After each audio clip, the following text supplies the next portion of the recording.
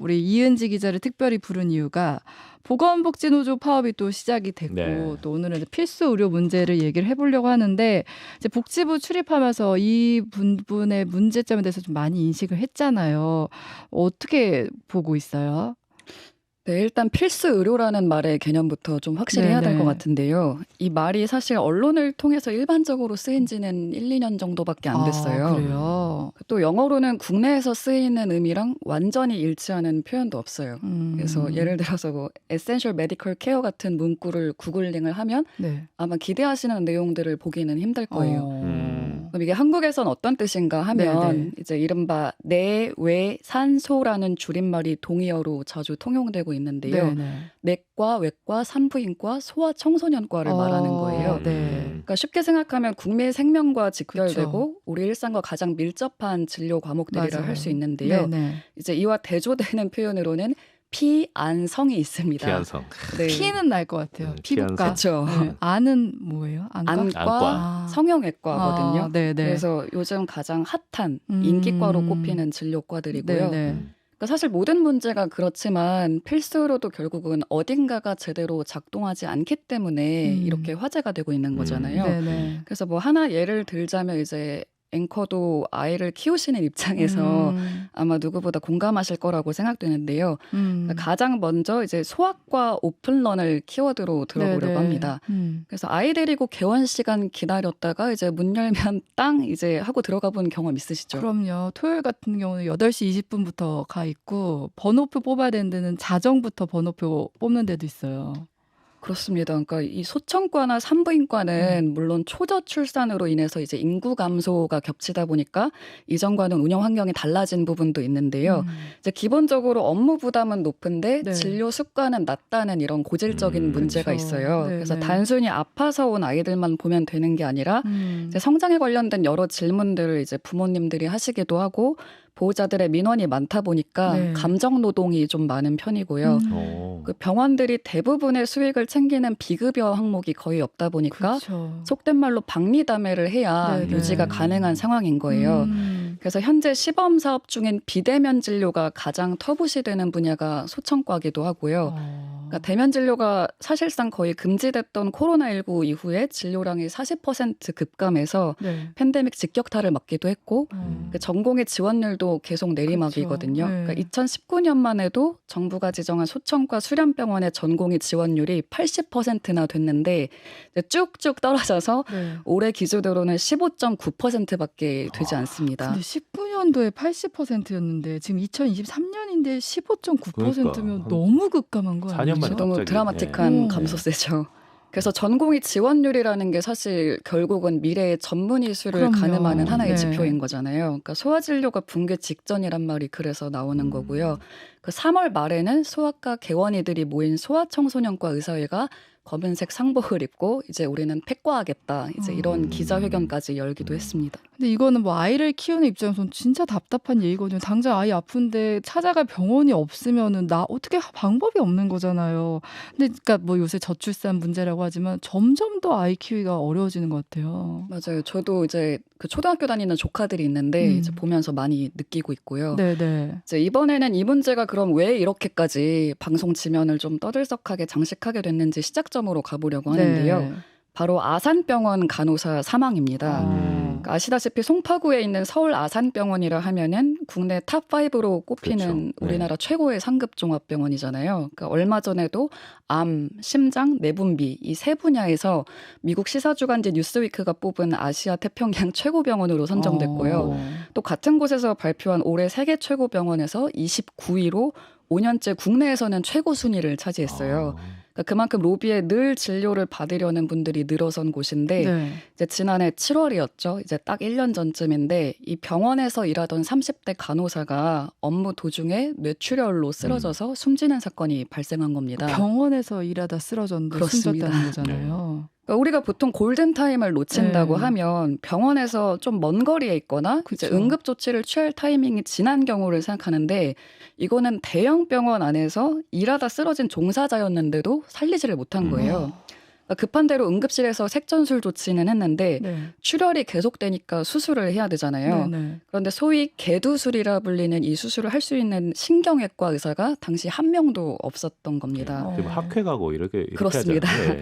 그러니까 굉장히 이게 사실 고난도 수술이라서 아산병원에서도 가능한 의사가 2명밖에 없었는데 하필 모두 해외랑 지방에 체류 중이라 아. 없었던 거예요. 네네. 그래서 이 간호사가 서울대병원으로 전원 조치됐는데 엿새 만에 결국 숨졌습니다. 골든타임을 놓쳐서요. 그렇습니다. 네. 그래서 상식적인 인과관계로는 저희가 이해하기 어려운 죽음이다 그렇죠. 보니까 충격파가 상당히 컸고요. 병원에서 일하던 간호사가 이랬으면 일반인은 어땠겠냐 이런 생각이 네, 드는 거죠. 그렇습니다. 네. 병원 그래서- 문턱에도 못 가보고 이제. 그렇죠. 네. 네. 그래서 이 일을 계기로 필수 의료 문제가 이제 더 이상 남일이 아니구나 이런 인식이 퍼지게 됐고요. 네네. 그러니까 아산병원에서 어떻게 이런 일이를 그쵸. 넘어서서 이제 역으로 아산병원이 이럴 정도면 그럼 강원이나 전남은 뭐 경북은 이제 이런 식의 질문을 던지게 된 거예요. 네네. 그래서 실제로 대한뇌혈관 외과학회에 따르면 이제 전국 85개 전공의 수련병원에서 100차례 이상 수술 경험이 있는 숙련된 네. 개두술 전문의가 130여 명밖에 안 되는 것으로 나타났는데요. 아. 이게 그러니까 산술적으로 따져보면 네. 병원마다 2명이 채 안 되는 거고 아. 이제 그나마도 수도권에 치우쳐 있어서 지방 같은 경우는 전문 인력 부족이 더 심각한 상황입니다.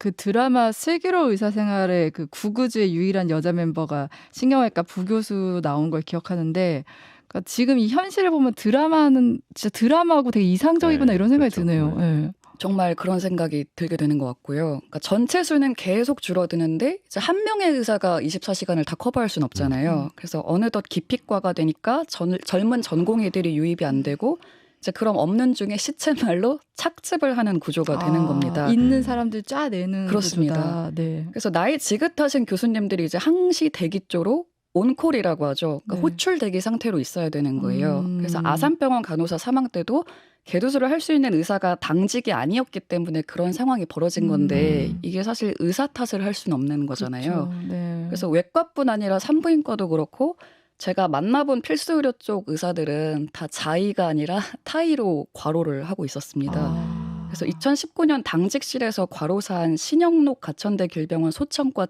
전공의의 경우에도 이 쓰러지기 직전 주간 근무 시간이 113시간이었대요.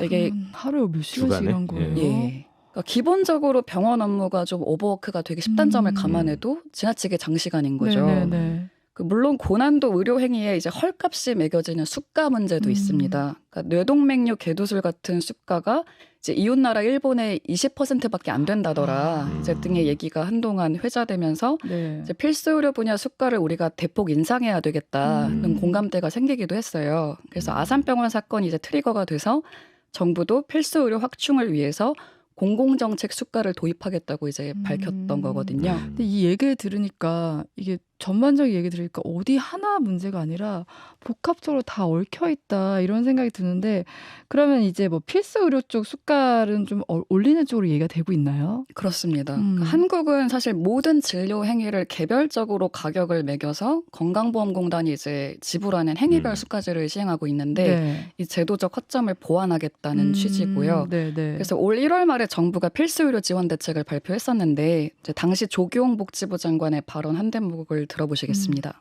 공공정책 수가는 필수 의료 분야의 충분한 의료 서비스 제공을 위한 건강보험 보상 체계로 세 가지 방향으로 운영하겠습니다.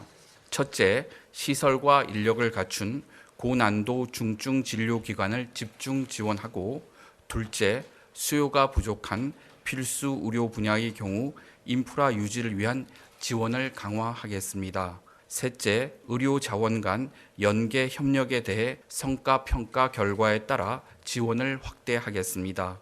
한마디로 그동안 저평가됐던 중증 외상 분야에 대해서 보상을 확대하고 고난도 고위험 수술에 대해서는 추가로 가산을 해주겠다는 네. 거고요. 그러니까 지역별로 차등화된 지역 수가도 적용하기로 했습니다. 지역별로 따로요. 맞습니다. 네. 또 중증 응급 환자를 제대로 볼 수 있는 인력과 시설을 유지하는 병원에 대해서 지원을 더 어떻게 강화하겠다는 보면 건데요. 인센티브를 주는 거네요. 네. 네. 최근에 이제 내년부터 상급 종합병원 자격을 유지하려면 소청과나 산부인과 입원 체계를 상시 이제 갖춰야 된다라고 이렇게 한 것도 평가 기준을 상향한 것도 같은 맥락으로 보시면 됩니다. 네네. 여기서 또 하나 말씀드리고 싶은 키워드는 이제 응급실 뺑뺑이인데요. 응급실 뺑뺑이도 기사 굉장히 많이 나왔죠. 그쵸, 그쵸. 네. 교통사고 같은 응급 상황에서는 119 구조대가 오면 적절한 병원을 그쵸. 제때 찾아가는 게 급선무잖아요. 이것도 골든타임이죠. 아까 말한. 그렇습니다. 네. 그러니까 만약 CPR 같은 것 때문에 이제 가까운 병원에 먼저 갔다고 해도 거기서 수술이나 최종 치료가 어렵다면 결국은 다른 병원으로 이송을 해야 되는 거고요. 네네. 그러니까 올 3월에 대구에서 그 4층 건물에서 추락한 10대가 이제 2시간 동안 구급차로 8개 병원을 떠돌다가 숨지는 사건이 많이 화제가 됐었는데요. 네. 사실 대구는 상급종합병원이 5군데나 있는 많죠. 도시예요. 네. 그 왜 그럴까 싶고 이 환자를 처음 거부했다는 파티마 병원에 대해서 왜 그랬을까 비난하는 생각이 들 수 있지만 네네. 근데 이제 속사정을 알고 보면 꼭 그렇지는 않다는 겁니다. 어떤 속사정이 있어요? 그러니까 응급실은 사실 굉장히 고도의 집중력과 노동을 요구하는 공간이에요. 네. 그러니까 환자의 상황이 시시각각 바뀌기 때문에 그러니까 의사가 한 번 진료했다고 안심할 수도 없고 또 중간중간 계속 콜이 걸려옵니다. 네네. 그러니까 밀려드는 환자한테 가장 적절한 조치가 뭔지 고민하면서 전원이 필요하면 수용해줄 병원을 찾아서 그쵸. 직접 연락도 돌려야 돼요. 네네. 그러니까 대구 파티마 병원의 경우에는 이제 이 환자가 외상을 입게 된 동기를 보고 네. 건강 쪽 진료가 필요할 것 같다. 생각을 해서 이제 전원을 권유한 건데 네네. 뭐 이게 저희가 보기에는 100% 적절했다고 말하기는 좀 어려울 수 있지만 법적 책임까지 묻겠다고 전공의를 수사하는 거는 좀 무리수라는 지적이 나오는 거고요. 네네. 내 판단에 따라서 환자 생사가 갈릴 수 있다고 생각하면 의료진 입장에서는 가뜩이나 부담스러운데 그렇죠. 이제 여기 사법 리스크까지 더해진다고 아. 생각하면 이제 더 이상 무거운 짐을 지고 싶지 않을 거라는 거죠. 네네. 의사도 당연한 얘기지만 사람이잖아요. 네. 그러니까 사명감만으로는 일을 할 수가 없는 거고 이제 일은 고된데 급여는 적고 내 노동의 가치를 제대로 인정해주지 않는 직장에서 장기 근속하고 싶은 사람은 없잖아요. 네네. 그래서 물론 기자는 순환직이니까 이제 여러 부서를 돌게 돼 있지만 저희 같은 경우도 뭐 일부러 경무부서를 자원해서 가고 싶지는 않잖아요. 그쵸. 그렇죠. 그 그렇죠. 공감하시네요. 네. 그래서 그런 점에서 저는 의사들이 왜 그토록 좀 불가항력적인 필수 그 의료 사고에 대한 면책 특권을 주장하는지에 대해서 공감이 갔던 것 같고요. 그 워라밸을 조금이라도 더 지킬 수 있는 과로 사람들이 몰리는 것도 좀 이해를 하게 된 것 같습니다. 그러니까 일반 일과 비교해도 경무부서에 가면 그만큼 보상을 많이 해주고 그렇게 해야지 사실 사람들이 일을 하려고 하는데 의료도 마찬가지다 이 얘기인 거잖아요. 근데 지금 올해 상반기 가장 큰 이슈 중에 하나였고 대통령이 뭐 거부권 행사하면서도 뭐 여야 논쟁도 있었던 간호법과 관련해서도 필수 의료와 관련이 있다고요. 네, 아주 밀접한 연관이 있죠. 그러니까 사실 간호사들은 의사와 가장 가까이 있는 존재들이잖아요. 네. 그러니까 간호법 제정 여부를 두고 왜 그렇게까지 의사와 간호사들이 반목했을까 좀 의아해하시는 분들이 계실지 모르겠는데 그쵸. 서로 도와야 될 것 같은데. 맞습니다. 네. 이제 필수 의료 의사 수가 전반적으로 감소한 데다가 네. 이제 전공의법이 시행되면서 적어도 법적으로는 전공의 주간 근무 시간이 이제 80시간 이내로 제한이 되고 있어요. 근데 이제 뭐 일손이 준다고 일이 주는 건 아니니까 네네. 이제 레지던트들이 주로 담당했던 시술이나 처방이나 이제 더 나아가서 수술 어시스트나 심지어 진짜 대리 수술까지 언젠가부터 간호사들이 맡게 된 거예요. 그래서 근데 이거는 간호사 면허범위 내 업무가 아니기 때문에 현행법으로는 불법이거든요. 그래서 전공의법을 지키기 위해서 또 간호사한테는 불법적인 업무를 시킨 거네요. 결과적으로 그렇게 된 거죠. 그래서 이들을 이제 진료보조 간호사, 이제 PA 간호사라고 부르는데 네. 이제 미국에서는 이게 교육 과정과 별도 시험을 거쳐서 국가 인증을 받는 직역이지만 한국에는 그런 제도가 없습니다. 그래서 현장에서는 이 사람들이 없으면 일이 돌아가지 않는다는 얘기까지 나오는데 네. 규모도 전국적으로 10,000여 명 이상 될 걸로 추정이 돼요. 네, 근데 이제 간호협회 주장은 의사 수가 부족해서 우리가 법적 보호도 받지 못하면서 이런 일까지 떠맡게 됐다. 네. 이렇게 얘기하는 거고 간호법 등을 통해서 이걸 좀 명확히 정리하려고 했던 겁니다. 그래서 일단 필수 의료 대란이 일어난 기저에는 의사 수가 충분하지 않다는 인식이 깔려 있는 거예요. 네네. 근데 이제 반면에 의사협회에서는 PA 문제를 공론화하는 것 자체를 꺼려하고 있고요. 간호법은 간호사들만을 위한 법이라는 거부감도 강했습니다. 또 초질관 필수 의료 문제는 의사 수만 늘리는 게 능사가 아니다. 이제 이런 입장을 고수해 왔는데 네네. 이게 이제 의대 정원 확대가 필수 의료 확충의 근본적 해법이라고 주장해온 간호협회나 보건의료 노조와는 확연히 구별되는 그러네요. 지점인 네네. 거죠. 그러니까 저희들이 그냥 생각을 해봐도 의사가 모자라면 의사를 많이 그쵸. 뽑으면 되잖아요. 네네. 그리고 뭐 피한성으로 많이 간다, 내외 산소로 뭐 많이 안 간다 그러면 더 뽑아서 더 많이 가게 만들어서 경쟁을 시키는 게 가장 좋은 방법 아닐까 하는 생각이 드는데 그건 또 의사협회에서 또 많이 반발을 하고 있잖아요. 네. 그렇죠. 굉장히 답답한 상황입니다. 그래서 지난 13일부터 시작된 보건의료 노조 총파업의 요구 사항 중에 하나도 의사수 확충이거든요. 그러니까 보건의료 노조라는 보건의료 거는 간호사들과 또 맞습니다. 그 요양보호사들 이런 예. 분들이 그러니까 의사 단체가 아니잖아요. 그렇죠. 그쵸? 이제 의사를 제외한 다양한 보건의료 직역들이 이제 소속돼 있는 노조인데 네. 또 이제 핵심 요구 사항 중에 하나가 간호사 한 명이 보는 환자 비율을 외국과 똑같이 5명으로 맞춰 달라. 이제 이게 요구 사항이에요. 네네. 그래서 현재 일선에서는 사실 간호사 한 명이 이제 적게는 10대 명에서 20명, 이제 많게는 수십 명을 돌보는 경우들이 많기 네. 때문이고요. 네. 사실 이제 코로나 때부터 누적된 피로도 굉장히 큰 상황입니다. 그쵸. 네. 그래서 이제 이 보건의료 노조 파업 규모가 지금 4만 5천 이상이 되다 보니까 현재 이제 응급의료나 수술에 이제 실제로 차질이 빚어지고 있는 상황이죠. 그래서 환자분들이 겪으시는 불편이 분명히 있는 상태인데 이제 다만 제가 이제 출입 기자로서 이제 필수 의료 문제를 지켜보면서 새삼 느낀 거는 네.